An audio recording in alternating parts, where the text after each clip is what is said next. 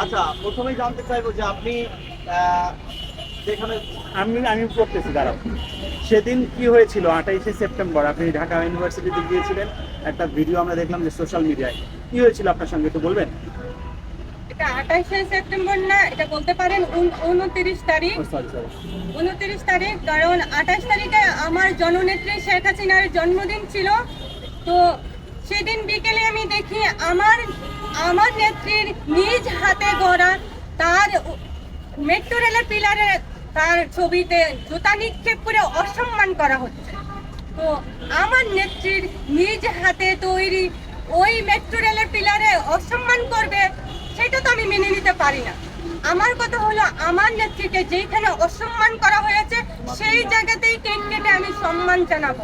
সেই কারণে আমি 29 তারিখে গিয়েছিলাম।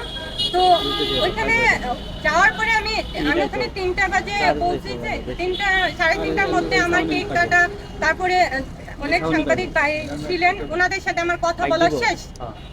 ওইখানে কিন্তু আমি যখন কেক